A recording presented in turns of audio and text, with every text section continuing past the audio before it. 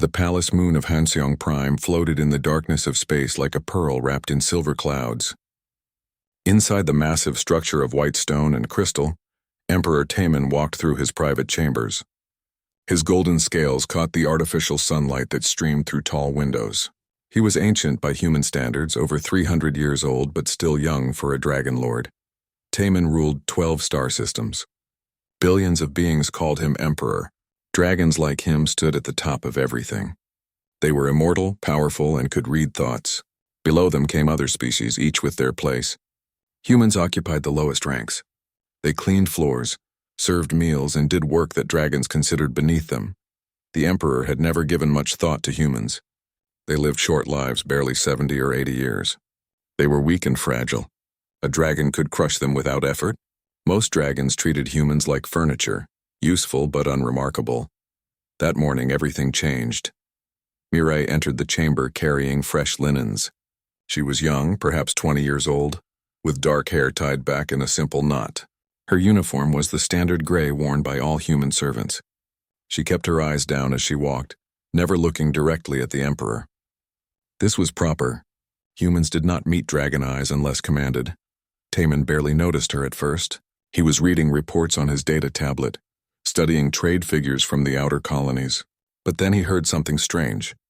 A small gasp of pain, quickly hidden. He looked up. Mirai was reaching for a high shelf, trying to place the linens in their proper location. As she stretched upward, her sleeve slipped down.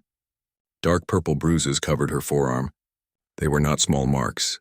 They looked like fingerprints, as if someone had grabbed her with great force. The Emperor's eyes narrowed. Dragons had senses far beyond human capability. He could smell things humans never noticed. Now, focusing on Mirai, he detected the scent of blood beneath her uniform. Old blood, maybe 2 or 3 days old. He also smelled fear, sharp and bitter. Mirai finished her task and turned to leave. She moved carefully, as if every step caused pain. "Stop," Taemin said. The human girl froze. Her whole body went stiff with terror. Humans feared dragons naturally. It was built into them after generations of serving the Empire. "Come here," the Emperor commanded. Mirai walked forward slowly. She kept her head bowed, her hands clasped in front of her. When she stood before him, she was trembling slightly. "Show me your arms," Taemin said. "Your Majesty, Mirai began. "Your arms." Slowly, the girl rolled up both sleeves. The bruises were worse than he had first seen. They circled both arms like dark bracelets. Some were fresh and purple. Others had turned yellow-green with age. "These were not from a single incident. How did this happen?" Taemin asked. His voice was calm, but something in his chest felt tight. He did not understand the feeling. "I fell, Your Majesty," Mirai said quietly. "During cleaning duties. I am clumsy." Taemin could read thoughts, but only surface feelings. He sensed her terror clearly. But beneath it was something else. Not the fear of him, but fear of something worse. Fear of what would happen if she told the truth. "You fell repeatedly in the exact pattern of finger marks?" he asked. Mirai said nothing. She simply stood there, shaking. The Emperor studied her for a long moment. Then he waved his hand. "Go. Continue your duties." The girl hurried from the room as fast as she could without running. Taemin watched her go. The tight feeling in his chest remained. For the rest of that day, he could not focus on his work. His mind kept returning to those bruises. Dragons did not concern themselves with human injuries. Humans were fragile. They hurt themselves constantly. It was their nature to be weak, but something bothered him. Maybe it was the pattern of the bruises. Maybe it was the fear that went deeper than normal servant nervousness. Maybe it was simply that in 300 years of life, he had never actually looked closely at a human before. That evening, Taemin did something he had not done in decades. He left his private chambers and walked through the palace corridors without guards or attendants. He wore a simple black robe instead of his ceremonial armor. Most servants saw him and immediately pressed themselves against walls, heads down. He made his way to the human quarters. These were located in the lower levels of the palace, far from the main dragon living areas. The corridors here were narrow and gray. The lighting was dimmer. Everything felt smaller, compressed. A young human male was limping down the hallway. His name badge read Hyun. He carried a stack of cleaning supplies and moved with obvious pain. When he saw the Emperor, he dropped everything and fell to his knees. "Rise," Taemin said. "Continue your work." But as Hyun stood, the Emperor noticed the way he favored his left leg. There was swelling around his knee, visible even through his pants. Taman continued walking. In the next corridor, he saw a female human named Bora. She had a split lip, badly swollen.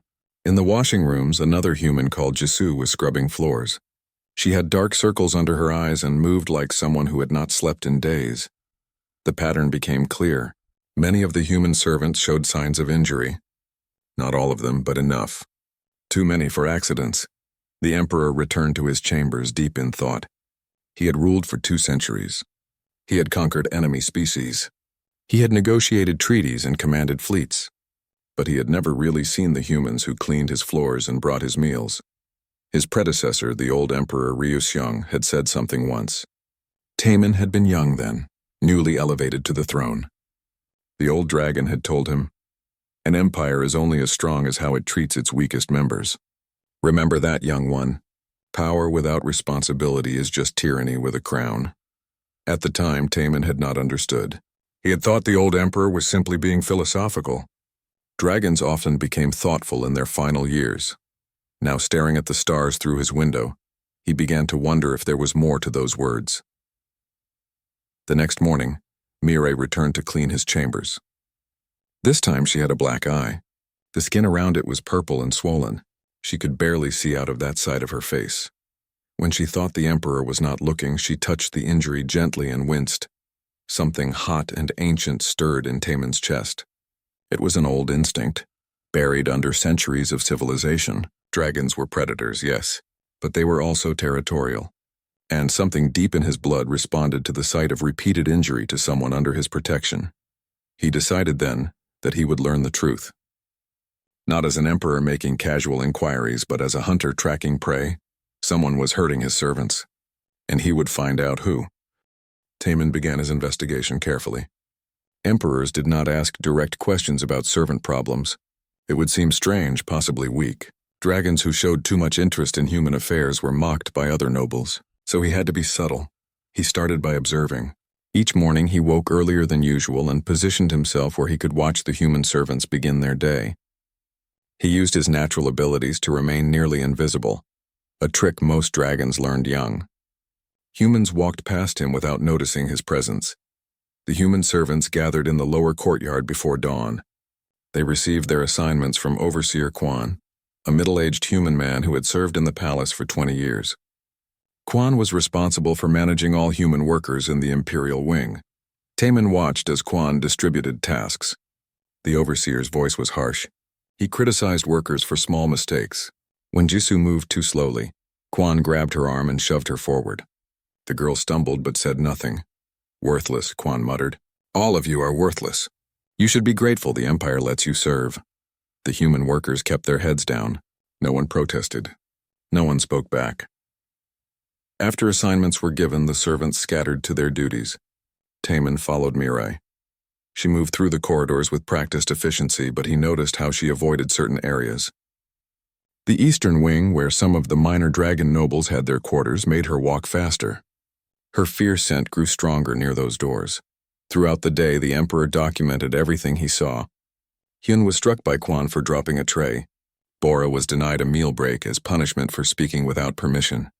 A young man named Jinwoo, who could not have been older than 16, was sent to clean waste disposal units, a job usually reserved as punishment.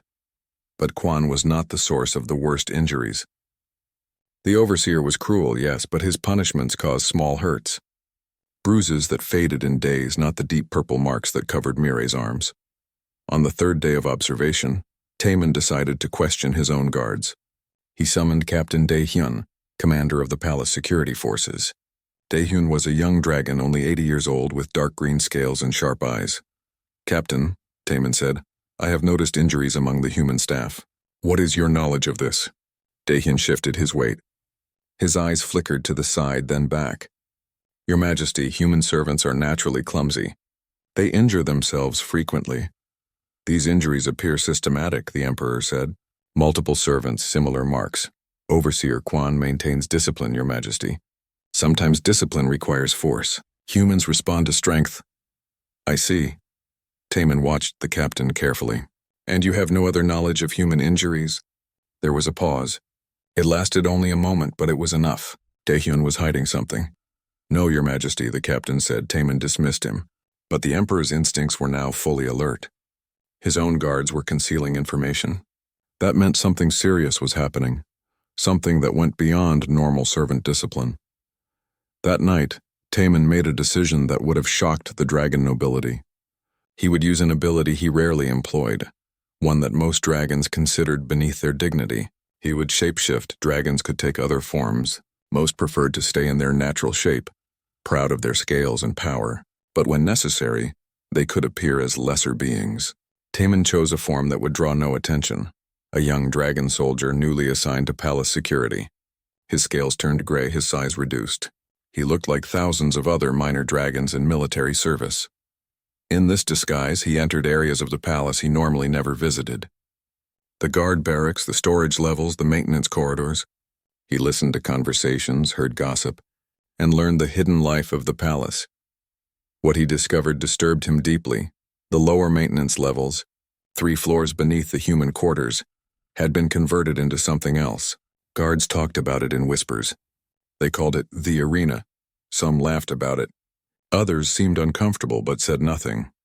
Taemin learned that entertainment events happened there twice a week. Dragon nobles attended. Money changed hands. But no one spoke clearly about what actually occurred in the arena. He decided he had to see for himself. The next scheduled event was that very night. Taemin maintained his disguised form and followed a group of off-duty guards as they descended into the lower levels. The corridors here were old, part of the original palace structure from centuries ago. The walls were bare metal instead of polished stone. The lighting flickered. They reached a large chamber that had once been a cargo bay. Now it held something very different. Temporary seating surrounded a circular space in the center. The floor was stained dark. Overhead lights focused on the circle, creating a bright arena while the surrounding area remained in shadow. Dragons filled the seats, maybe 50 of them. They talked and laughed, passing bottles of expensive wine. Taemin found a seat in the back, away from the main group. His heart was beating faster than normal. Something about this place felt wrong. Fundamentally wrong. A dragon noble stepped into the circle. Taemin recognized him immediately, even though he had not seen him in years. It was Daehyun, his own cousin, a lord of House Baeko. Daehyun smiled widely, his white scales gleaming under the lights. "Welcome, friends," Daehyun announced. "Tonight we have excellent matches. Fresh fighters desperate for survival. The betting opens now." Attendants moved through the crowd, taking bets. Dragons argued over odds and predictions. Money flowed freely. Then Taemin understood. His blood went cold. 2 humans were brought into the arena. They were both male, both young. Neither wanted to be there. Terror radiated from them in waves. They wore no armor, carried no real weapons. One had a metal pipe. The other held a piece of broken glass. "Fight," Daehyun commanded. "The winner lives. The loser does not." The crowd roared with excitement. The 2 humans looked at each other. Neither moved. They did not want to fight. They were not warriors. They were servants, cleaners, ordinary people forced into this nightmare. "Fight or you both die," Daehyun shouted. Slowly, reluctantly, the 2 humans began to circle each other. The dragon crowd cheered. They wanted blood. They wanted entertainment. Taemin sat frozen in his seat. This was what had caused Mirai's injuries. This was why so many humans showed signs of repeated trauma. They were being forced to fight each other for dragon amusement. The match was brutal and short. 1 human fell. Blood pooled on the floor. Medical drones removed the injured fighter. The crowd celebrated. Money was exchanged. More matches followed. Humans fought humans while dragons laughed and drank. Some fights were short. Others lasted longer, with both fighters too exhausted to continue. Those were declared no contest, and both fighters were dragged away to unknown fates. Between matches, Taemin listened to the conversations around him. "My favorite is the girl they call the Silent one dragon said. "She has fought 8 times and survived every match." "I prefer the big male from the maintenance crews," another replied. "He kills quickly. Better entertainment." "Did you hear about the one who refused to fight last month? Daehyun had him executed in front of his family. Now they all fight without question." Taemin's hands clenched into fists. Ancient rage built inside him, the kind that came from deep in a dragon's soul. This was not strength. This was not power. This was cruelty, pure and simple, and his own cousin was running it. The final match of the night was announced. A young female human was brought into the arena. Even from a distance, even in the shadows, Taemin recognized her. Mirai. Her face was bruised. Her arms were bandaged. She looked small and terrified under the harsh lights, but she held a piece of metal pipe in her hands and her eyes were not empty. There was something in them, something that refused to break. Tonight, the Silent One faces a special challenge, Dehan announced.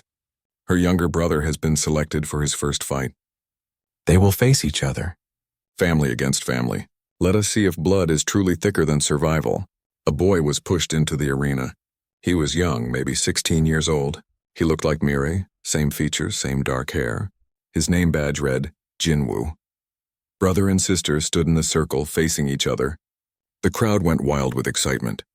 This was the kind of match they loved most, the kind where emotional pain added to physical suffering. Taemin could not move, could not breathe. He watched as Mirai dropped her weapon, watched as Jinwoo did the same, watched as they simply stood there refusing to fight.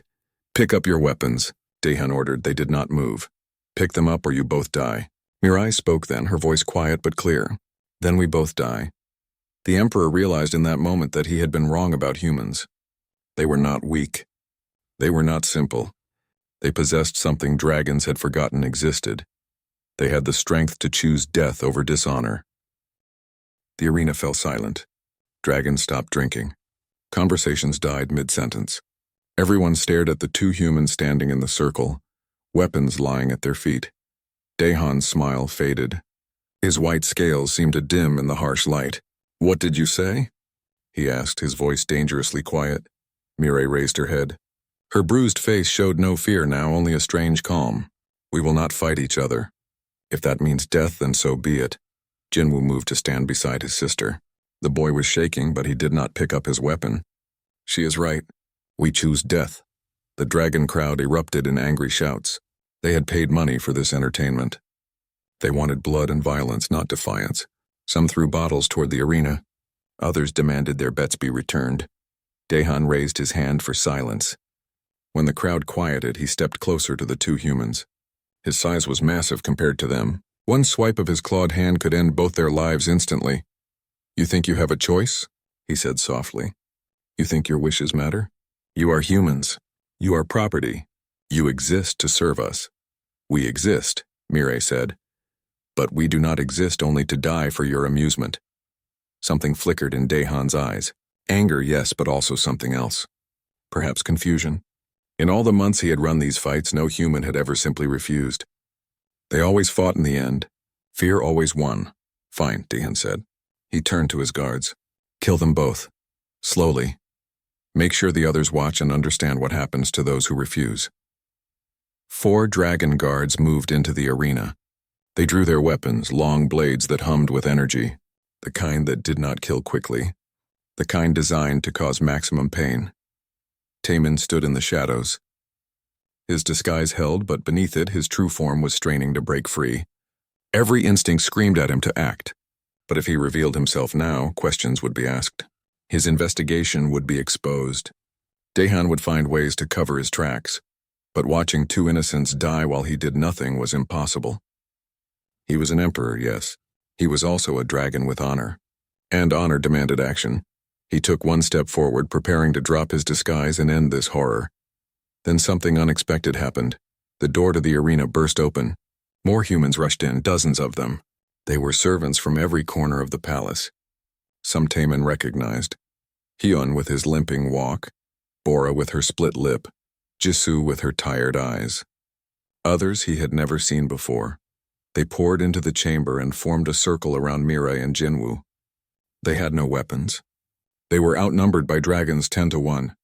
But they stood together, a wall of fragile human bodies between the guards and the 2 in the center.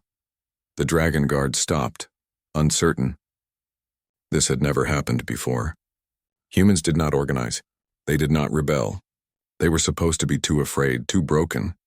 Daehan stared at the crowd of humans in disbelief. What is this?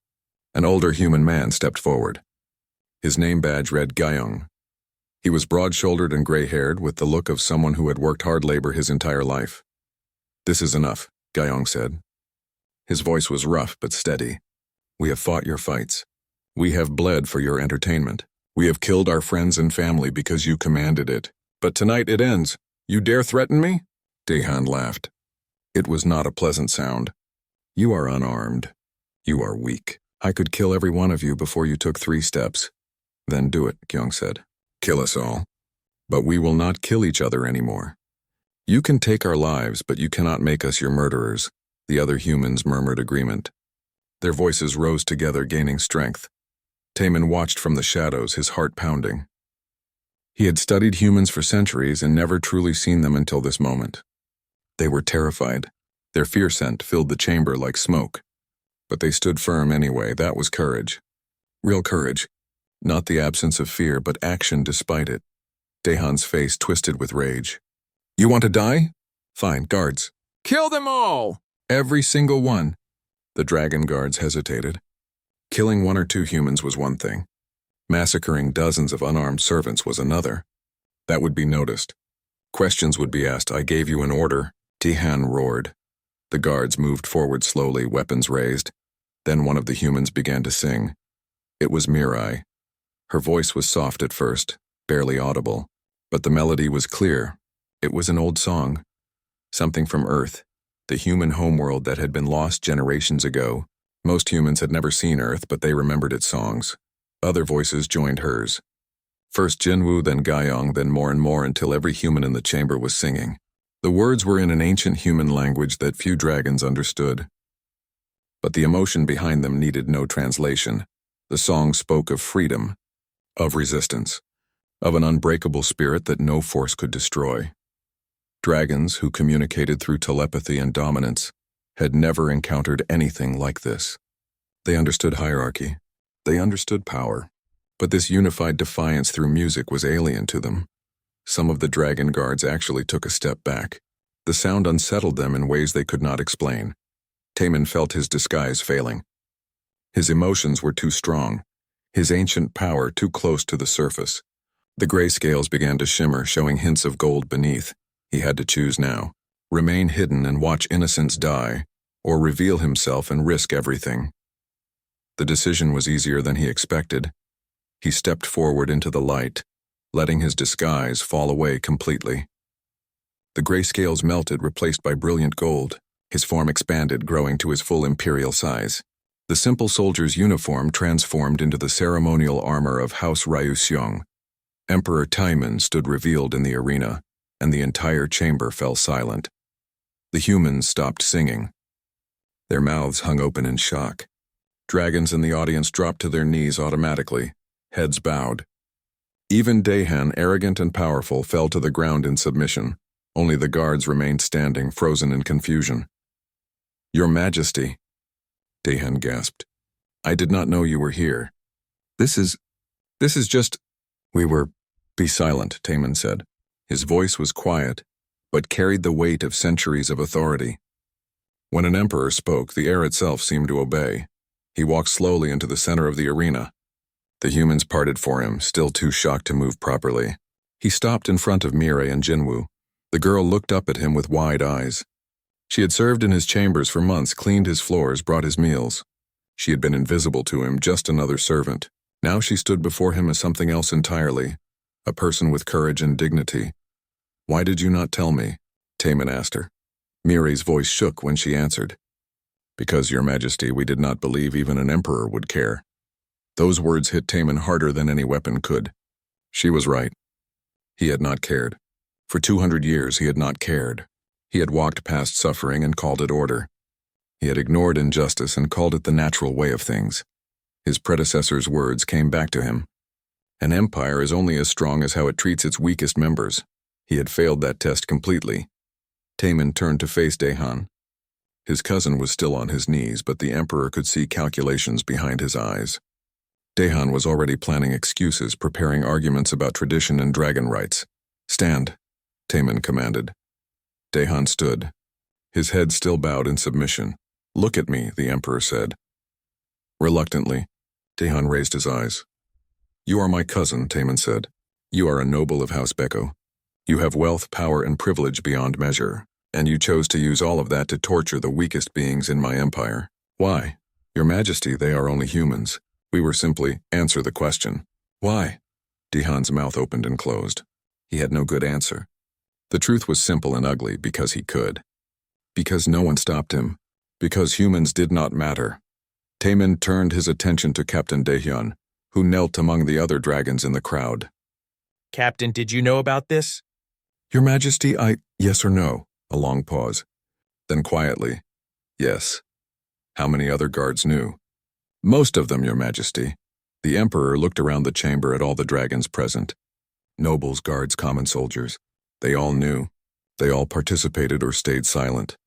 I see, Taemin said softly. He raised his hand, and the air itself seemed to respond. His power filled the chamber, ancient and terrible. This was the force that had conquered star systems, that had brought entire species to their knees. I am calling the Imperial Guard, he announced. Everyone in this chamber is under arrest. You will be held until I decide your fate. Daehan's head snapped up. You cannot arrest me. I am family. I am nobility. You are a criminal, Taemin said coldly. And I am the law. He turned to the humans who were watching in stunned disbelief. They had expected death tonight. Instead, they had witnessed their emperor take their side against his own kind.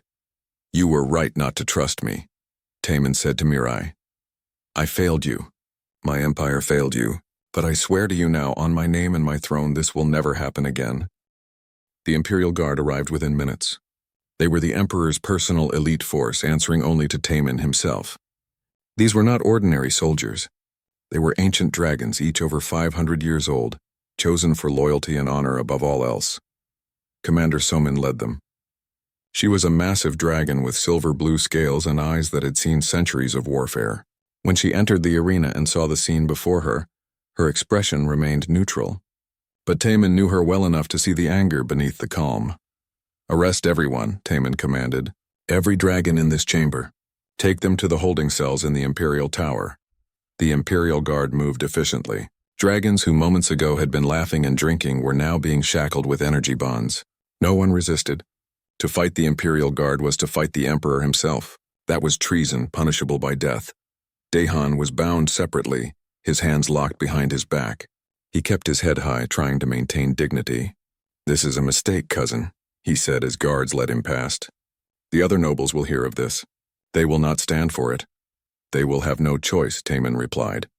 As the dragons were removed, the human servants remained in the arena, unsure what to do. They had witnessed something impossible. Their emperor defending them against his own people. They did not know whether to flee or stay. Taemin approached them slowly. Up close, he could see every injury, every scar, every mark of suffering they carried. How had he never noticed before? How had he been so blind? You are safe now, he said. I give you my word. Gyeong, the older man who had spoken before, stepped forward. Forgive me, Your Majesty, but the word of dragons has meant little to us. It was a bold statement. In normal circumstances, such words to an emperor could mean execution. But these were not normal circumstances. You are right to doubt, Taemin said. Words are easy. I must prove my intentions through action.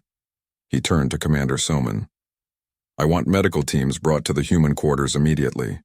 Every servant is to receive full examination and treatment. Anyone with injuries is to be given leave from duties until fully healed. Yes, Your Majesty, Somin said. I also want a full investigation. Every death, every injury, every incident involving human servants over the past 5 years. I want names, dates, and details. It will be done. Taemin looked back at the humans. You will not be punished for what happened tonight. Your resistance was justified. Your defiance was right. Mirai found her voice. What about Overseer Quan? He helped them. He chose which of us would fight. Quan will be arrested as well, Taemin said. Any who collaborated in this will face justice.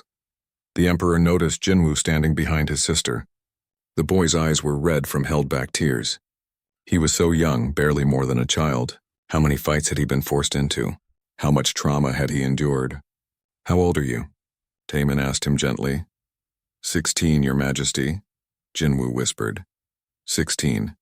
Still a child by human standards, and they had thrown him into an arena to fight to the death.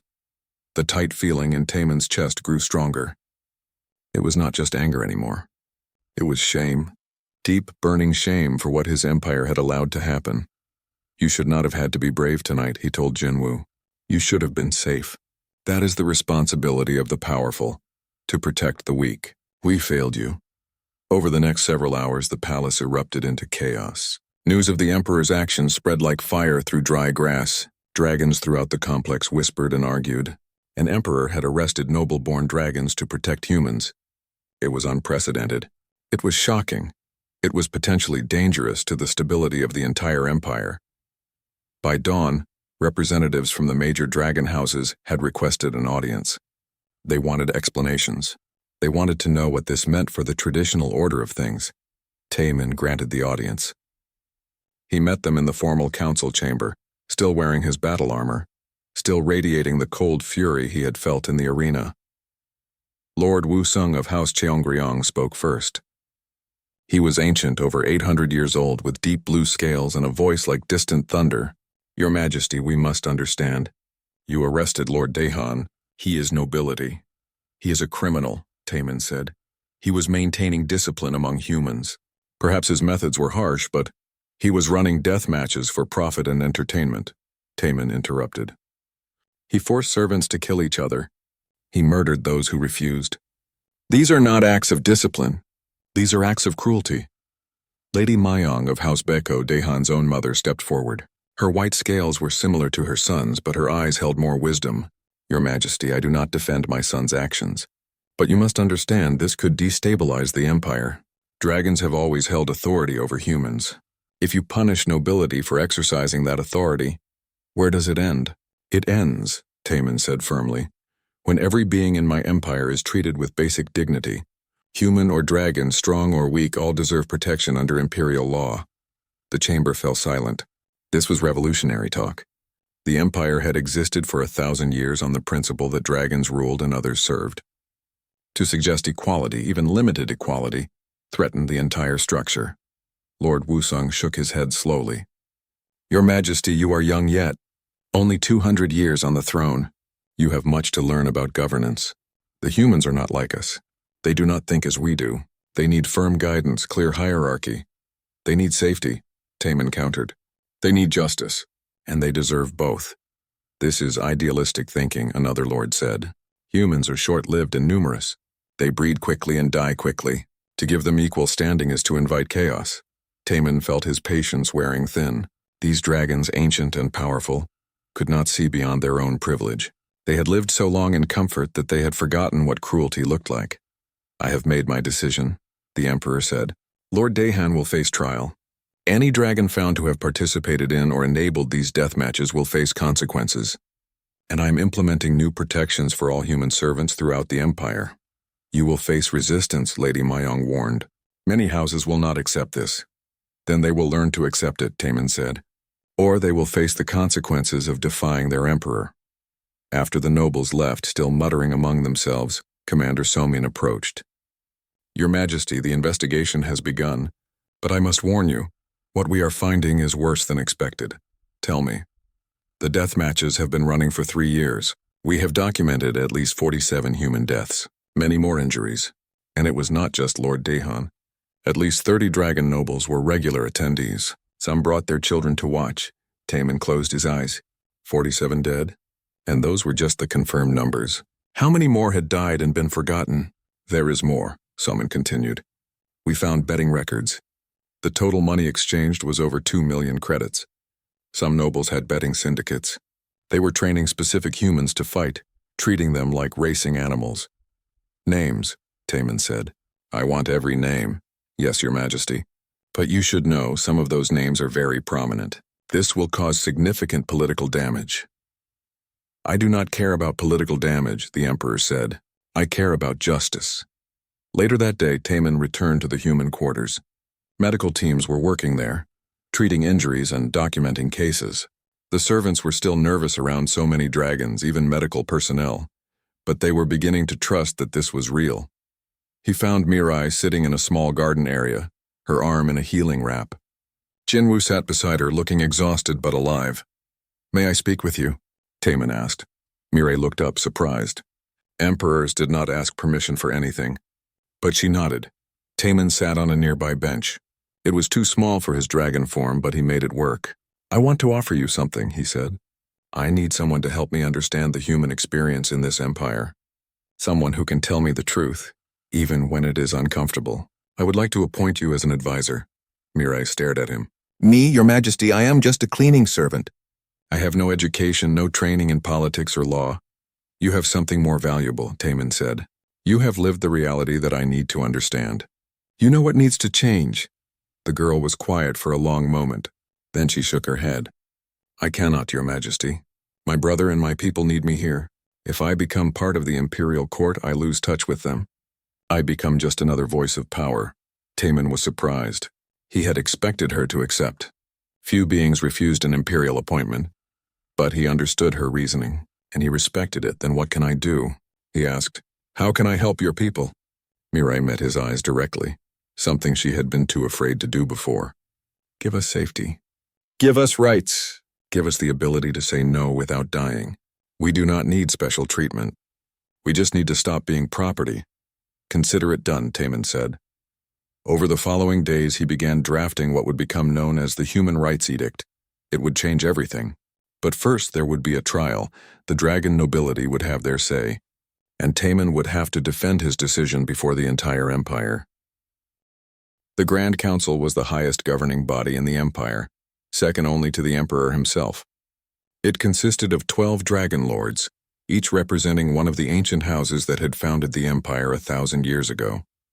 They met only for matters of extreme importance, declarations of war, treaty negotiations, or challenges to imperial authority. The trial of Lord Dahan qualified as such a matter. The council chamber was enormous, built to accommodate dragons in their full forms. 12 stone seats arranged in a semicircle, each carved with the symbol of a great house. At the center, elevated above all others, sat the imperial throne where Taman now waited. The chamber filled slowly. Dragon nobles arrived in their ceremonial armor, scales polished to gleaming perfection.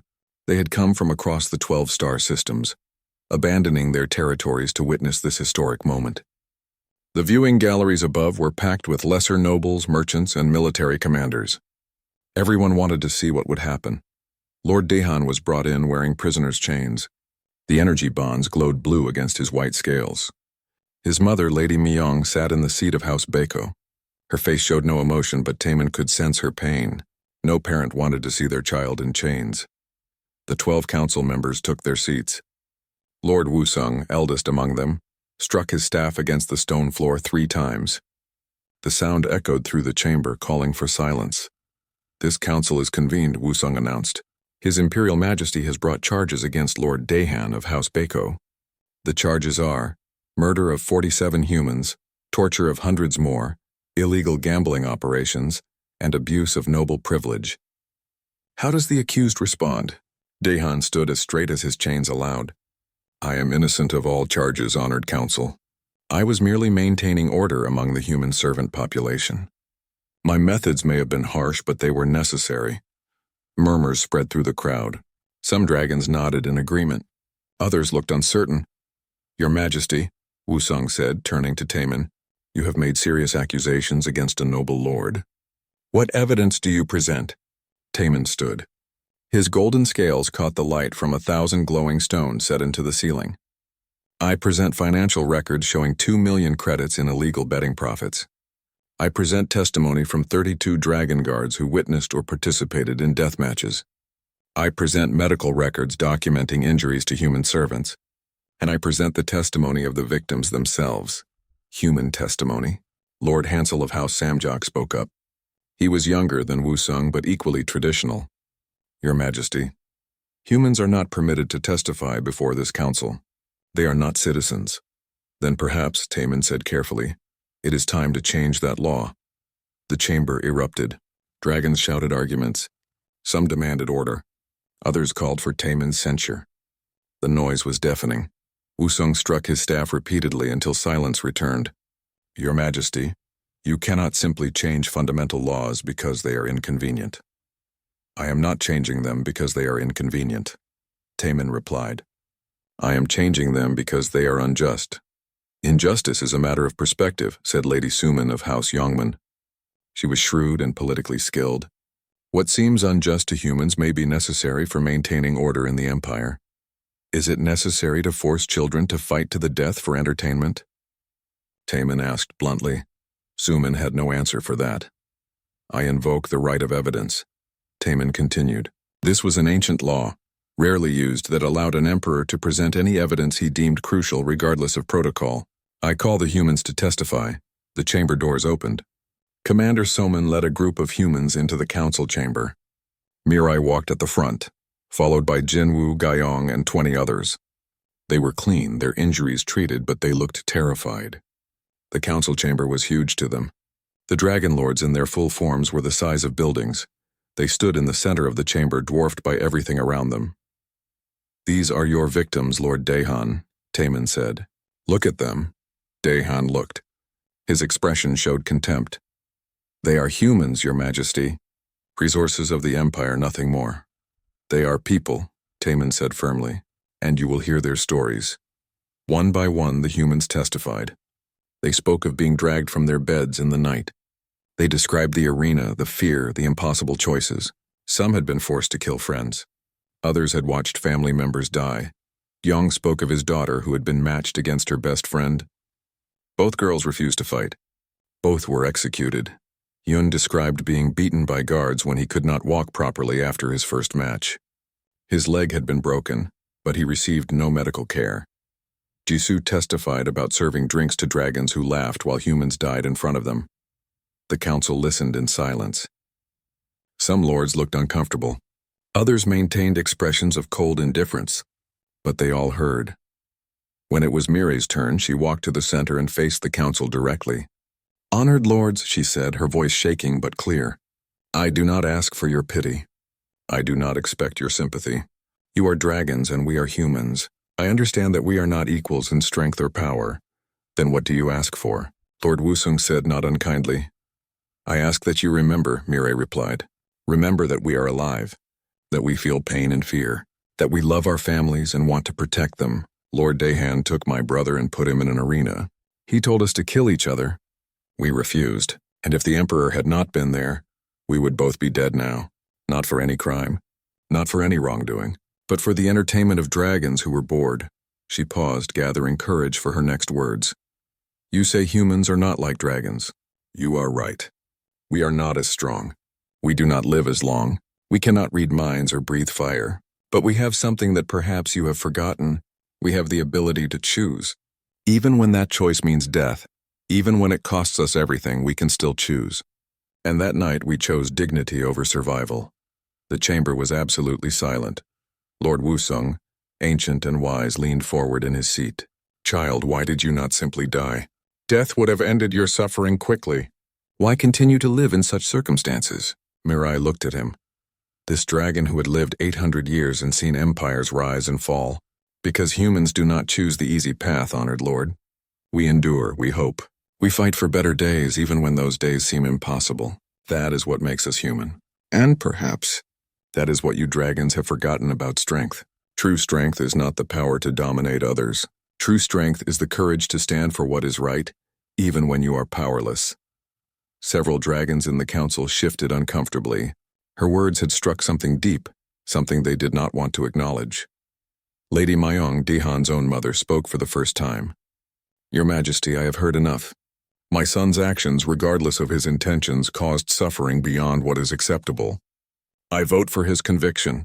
The chamber erupted again. A mother voting against her own son was unprecedented.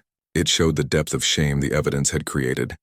The question before us, Wusung said loudly, restoring order, is not just about Lord Dahan's guilt. It is about what happens next. Your Majesty has proposed something radical, extending legal protections to humans throughout the Empire. This changes everything about how our society functions. Then it is time for change, Taman said. But at what cost? Lord Hansel demanded. If humans gain rights, they will demand more. They will want equal treatment, equal access, equal power. Where does it end? It ends, said a new voice, when every being in the Empire can live without fear. Everyone turned. The speaker was Lord Jaesung of House Hwangryong, a dragon who rarely spoke in council. He was old, older than Wusung, with golden red scales that had faded with age. I have lived 900 years, Yesung continued. I remember when this empire was young. I remember the principles we claimed to uphold. Honor, protection, justice. When did we forget those principles? When did strength become synonymous with cruelty? You would side with the humans? Hansel asked incredulously. I side with justice, Jaesung replied, something we have not practiced in far too long. The vote was called. Each council member would vote on 2 questions. Was Lord Daehan guilty?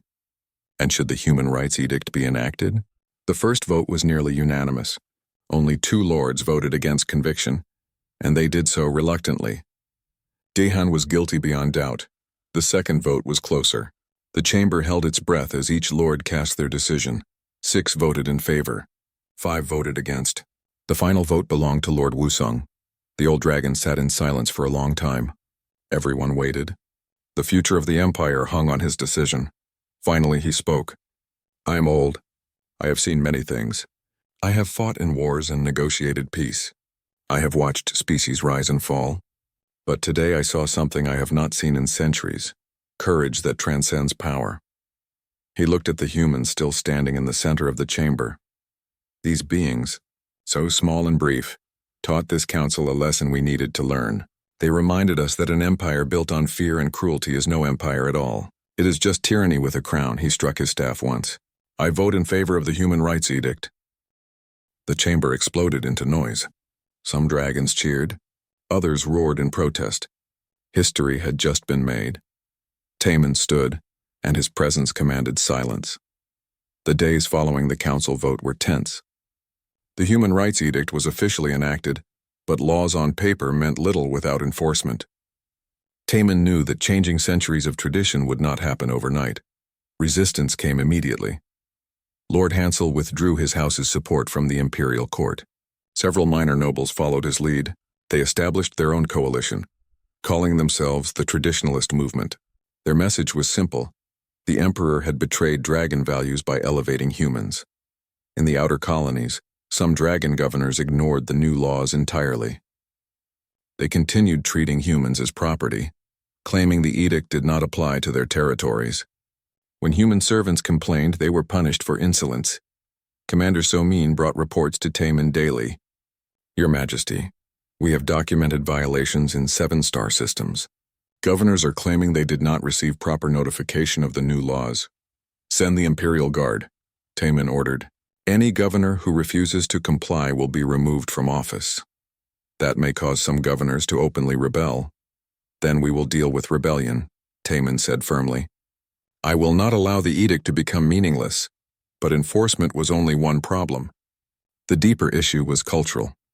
Dragons had viewed humans as lesser beings for so long that changing those attitudes seemed impossible. Taemin decided to lead by example.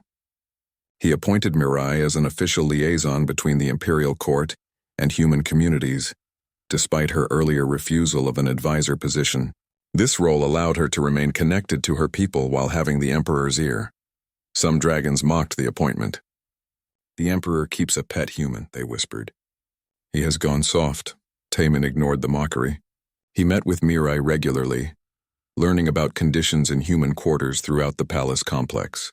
Through her, he began to understand how deeply the system was broken. Your Majesty, Mirai explained during one meeting, the edict says we can refuse harmful orders. But what happens when we do? Most humans live in housing provided by their dragon employers. If we refuse work, we lose our homes. Our families have nowhere to go. Then we need to establish independent housing, Taemin said. Humans should not be dependent on their employers for basic shelter. That will cost significant resources. Then we allocate those resources. What else? Mirai consulted her notes. She had become more confident over the weeks, no longer trembling in the emperor's presence. Medical care. Humans are treated by dragon physicians who often do not understand human biology. We need our own medical facilities with doctors trained specifically in human health. Approved. What else? Education. Most humans receive only basic training for servant work. If we are to be more than servants, we need access to real education. Science, mathematics, history, literature. Taemin nodded. I will establish the first human academy within the palace complex. It will serve as a model for others throughout the empire. Over the following months, these changes began to take shape. Construction started on a human residential district separate from servant quarters. The first human medical clinic opened. Plans for the academy were approved, but progress was slow and met resistance at every turn. Then came the incident that nearly undid everything. A young human named, Taejin was working in the house of Lord Myungjae, a dragon noble known for his traditional views. When Taejin refused an order to clean toxic waste without protective equipment, citing the new laws, Myungjae struck him. The blow sent Taejin through a wall. He died from his injuries 3 hours later. The human community erupted in anger. They had been promised protection. They had been told things would change. And yet another human had died for simply exercising his rights. Protests began in the palace complex. Hundreds of humans gathered in the courtyards demanding justice. They did not riot or destroy property. They simply stood together, silent and unified, refusing to work until Myungjae faced consequences. Dragon guards surrounded the protesters, weapons ready. The situation was volatile. One wrong move could lead to massacre. Taemin arrived personally. He walked through the line of guards and stood before the protesters. "I know you are angry," he said. His voice carried across the courtyard. "I know you are afraid. Taejin's death is a tragedy. It is also a crime. Will you punish Lord Myungjae?" Someone shouted from the crowd. "Yes," Taemin said simply. "He will face trial for murder. The law applies to all, human and dragon alike. That is what the edict means." Gyeong, who had become an informal leader among the humans, stepped forward. "Your Majesty, we want to believe you. But Lord Daehan was your cousin and you punished him. Lord Myungjae is not family. Will the council support his conviction, or will they protect him because we are only humans?" It was a fair question. The council had been divided before. This case would test their commitment to the new laws. "I cannot promise what the council will do," Taemin admitted, "but I promise this. I will personally prosecute this case. I will not allow Taejin's death to be ignored." The humans murmured among themselves. Then Mireille spoke up from within the crowd. "The Emperor has kept his word so far. We should give him the chance to keep it again." Slowly, reluctantly, the protest disbanded, but the humans watched carefully. Their trust was fragile. The trial of Lord Myungjae began 2 weeks later. The council chamber was packed again, but the atmosphere was different this time. The first trial had been about stopping active cruelty. This trial was about whether the new laws actually meant anything. Myungjae defended himself with traditional arguments. The human refused a direct order. He showed insolence. "I responded as any master would when a servant becomes disobedient." "He was not a servant," Taemin countered. "He was a worker with legal rights. You ordered him to risk his life without protection. When he refused, you killed him. That is murder. He was human," Myungjae roared. "Their lives are short anyway. What difference does it make?" The chamber fell silent. Even the traditionalist dragons looked uncomfortable. Myungjae had said what many thought, but few spoke aloud. Lord Wusong, presiding again, spoke carefully. "Lord Myungjae, do you truly believe a human life has no value?" "I believe humans exist to serve dragons," Myungjae replied. "That is the natural order. The Emperor's new laws go against nature itself." "Nature," said Lord Jaesung, "is not an excuse for murder. I have killed in war. I have ended lives to protect the Empire. But I have never killed for convenience. There is a difference between necessary violence and casual cruelty." The debate stretched for hours. Dragons argued about law, tradition, and the nature of power. But beneath all the philosophy was a simple question.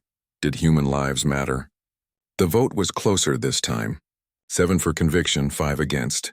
Myungjae was found guilty but given a lighter sentence than Daehan, 50 years of exile instead of a century of labor. The humans saw this as a partial victory. Yes, there was conviction. Yes, there were consequences. But the difference in sentences suggested that killing a human was still considered less serious than running death matches. Taemin understood their disappointment. The law was working but not perfectly. Change was happening but not fast enough. He called a meeting with the human community leaders. Mirai, Gyeong, Hyun, and others gathered in a conference room that had been converted for human use, with properly sized furniture and comfortable seating. "I know you are frustrated," Taemin began. The sentence was too light. "I argued for harsher punishment, but the council was divided." "We appreciate your efforts, Your Majesty," Gyeong said. "But we need more than effort. We need results. Taejin is still dead. His family is still suffering. And dragons still believe they can hurt us with minimal consequences. You are right, Taman acknowledged. The cultural change is too slow. We need something more dramatic, something that forces dragons to see humans differently. What do you suggest? Mirai asked. Integration, Taman said. Not just in law, but in practice. I want to establish human-dragon work partnerships throughout the Empire. Humans and dragons working side by side on equal terms, not as masters and servants, but as colleagues. Dragons will never accept that, Hyun said. Some will not, Taman agreed, but others will. We start with volunteers, dragons who support the changes paired with humans who are willing to try. We prove it can work, then we expand. The idea was ambitious, perhaps impossible, but doing nothing meant more deaths, more suffering, more slow progress that felt like failure. Jinwoo, Mirai's brother, spoke up. He had been quiet until now, still traumatized from his experience in the arena. Your Majesty, there is something else we need. Something more fundamental than work partnerships. Tell me, Taman said. We need to stop being afraid, Jinwoo said. Right now, every human in this empire is afraid. Afraid of dragons, afraid of punishment, afraid of saying the wrong thing. Until that fear ends, nothing really changes. How do we end fear? Taman asked. You cannot end it with laws or programs, Jinwoo replied. Fear ends when people have proof that they are safe. Real proof, not promises. We need dragons to see us as valuable, not just as workers, but as people. And we need to see dragons as something other than threats. Taman considered this. The boy was wise beyond his years. Fear was the foundation of the threat came from the Karathi Union, a hostile alliance of 4 alien species from beyond the Empire's borders. They had been testing defenses along the outer rim for months, probing for weaknesses. Now they launched a full invasion, targeting the agricultural colony of Cheongsu III. Cheongsu III was vital to the Empire's food supply. It also had a population of 50,000 humans and 10,000 dragons. If it fell, millions would starve within a year. Taman called an emergency military council. Dragon generals gathered in the war room, studying tactical displays and arguing about strategy. We need to send the 5th Fleet immediately, General Youngsu insisted. He was a veteran of countless battles, his red scales scarred from old wounds. Overwhelming force is the only answer. The 5th Fleet is 3 weeks away, General Minho countered. Cheongsu will fall in days without reinforcements. Then we send whatever forces are closest, Youngsu said. The closest forces are the 3rd Border Legion, Commander Somin reported. They can reach Cheongsu in 4 days, but there is a complication. What complication? Taman asked. The 3rd Border Legion is part of the integration program, Somin explained. Half the soldiers are human. They have been training together for 6 months, but they have never seen combat. The room erupted in arguments. Dragon generals refused to trust human soldiers in a real battle. They were weak, fragile, unreliable. Sending them against the Karathi would be suicide. We have no choice, Taman said, cutting through the debate. The 3rd Border Legion is our only option. They deploy immediately. Your Majesty, Youngsu protested. Those humans will break at the first sign of real danger. Dragons cannot rely on them. Then dragons should have thought of that before allowing this invasion to reach our colonies, Taman replied sharply. I made the decision to integrate our forces. I will stand by that decision. The 3rd Border Legion deploys as ordered. The fleet departed within hours. 3,000 dragons and 3,000 humans, boarding warships designed for species that were far from equal in strength. The dragons could survive in space with minimal protection. They could fly between ships, breathe fire, and tear through metal with their claws. Humans needed armor, weapons, and environmental suits just to stay alive. The journey to Cheongsu III took 4 days, as predicted. During that time, the human and dragon soldiers prepared together. Most had trained side by side for months, but training was different from war. Sergeant Kwang Soon, a human squad leader, gathered his mixed unit in one of the ship's cargo bays. 5 humans, 5 dragons, all looking nervous despite their training. Listen up, Kwang Soon said. I know some of you are scared, I am too. The Karathi are experienced fighters. They are not going to make this easy. We should not even be here, grumbled Taewoo, one of the younger dragons. No offense to you humans, but this is a job for real warriors.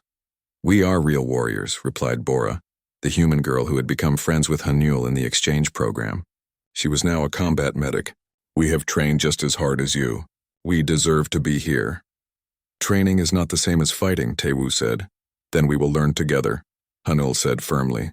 He had grown considerably in the months since the exchange program began. We are a unit. Dragons and humans. We succeed together or fail together. The cargo bay fell silent. Then Kwang Sun nodded. Hanul is right. We are stronger together than apart. Remember that when the shooting starts. They reached Cheongsu 3 to find the colony under heavy siege. Karathi warships surrounded the planet, bombarding population centers with plasma weapons.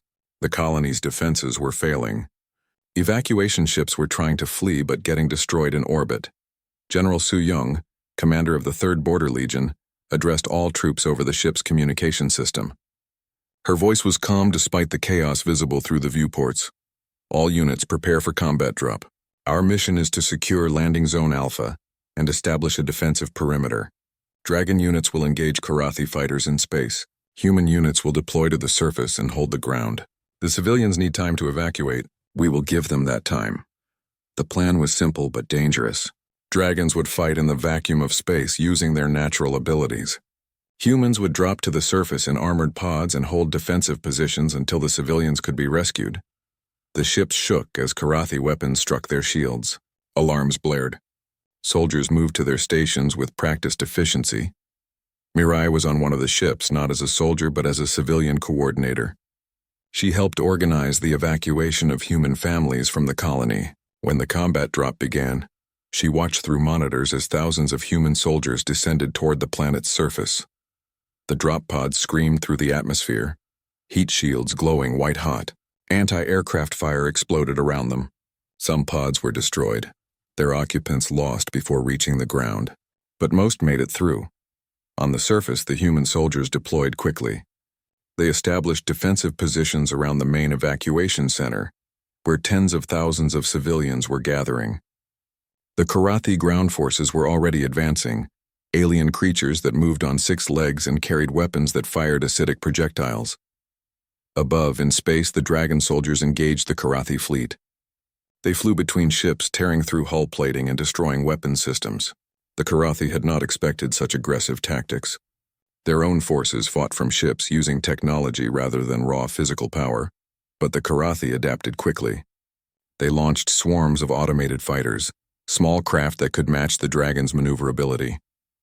The battle became chaotic, ships and bodies spinning through the void.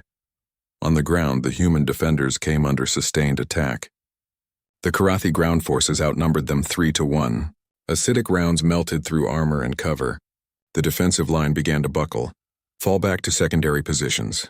Kwang Sun ordered his squad. They retreated in order, covering each other. Bora dragged a wounded soldier to safety while Hanil provided covering fire from above. His dragon form too large for the trenches, but effective at suppressing enemy advances. The battle raged for hours. Human soldiers fought with desperate determination, knowing that thousands of civilians depended on them. They held positions that should have been overrun. They defended ground that seemed impossible to defend. In space, the dragons were taking casualties too.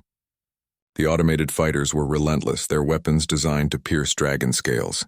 General Su Young coordinated her forces brilliantly, but the Karathi kept bringing in reinforcements. Then something unexpected happened. A group of human soldiers, seeing dragons being overwhelmed by fighter swarms, did something that shocked both sides. They commandeered small evacuation shuttles and flew them into the battle. These shuttles were not warships. They had minimal weapons and light armor, but the humans used them like missiles, ramming into Karathi fighters and creating openings for dragons to escape. It was suicide tactics. Several shuttles were destroyed immediately, but the distraction worked. Dragon warriors, seeing humans sacrifice themselves for their sake, felt something shift. These fragile beings were not cowards. They were not weak. They fought with everything they had, knowing they might die but fighting anyway. The battle turned. Dragons and humans began coordinating more effectively. Dragons would draw fire while humans flanked. Humans would hold positions while dragons struck from above. What had been 2 separate forces became one unified army. On the ground, Kwang Sun's squad was pinned down by heavy Karathi fire. Their position was surrounded, ammunition running low. It looked hopeless. Then Tae Wu, the young dragon who had doubted humans earlier, dove from the sky. He landed in front of the squad, his massive body forming a shield. Karathi acid rounds splashed against his scales, burning but not penetrating. Get to cover, Tewu roared. I will hold them. You cannot hold them alone, Bora shouted back. Then help me, Tewu replied. The humans rallied. They used Tewu's body as mobile cover, firing from behind him while he advanced on the Karathi positions. Together, dragon strength and human precision broke through the enemy line. When they reached safety, Tewu collapsed. His scales were damaged, acid burns covering his flanks. Bora immediately began treating him. Her medical training focused on human biology but adaptable enough to help. Why did you do that? She asked while working. You said humans should not be here. Tewu managed a weak laugh. I was wrong. You are braver than I gave you credit for. All of you. In space, General Su-Yung watched the battle develop. The coordination between species was imperfect but improving rapidly. Dragons were learning to trust human tactics. Humans were learning to support dragon strengths. All dragon units, she broadcast, cover the evacuation shuttles. Human ground forces have given us time. Now we give them results. Get those civilians off the planet. The dragons formed a protective screen around the evacuation ships. They took hits meant for the fragile vessels, their bodies absorbing damage that would have destroyed the shuttles. Hundreds of dragons were wounded. Dozens died, but the civilian ships broke through to safety. On the ground, the human defenders received word that the evacuation was succeeding. They had held long enough.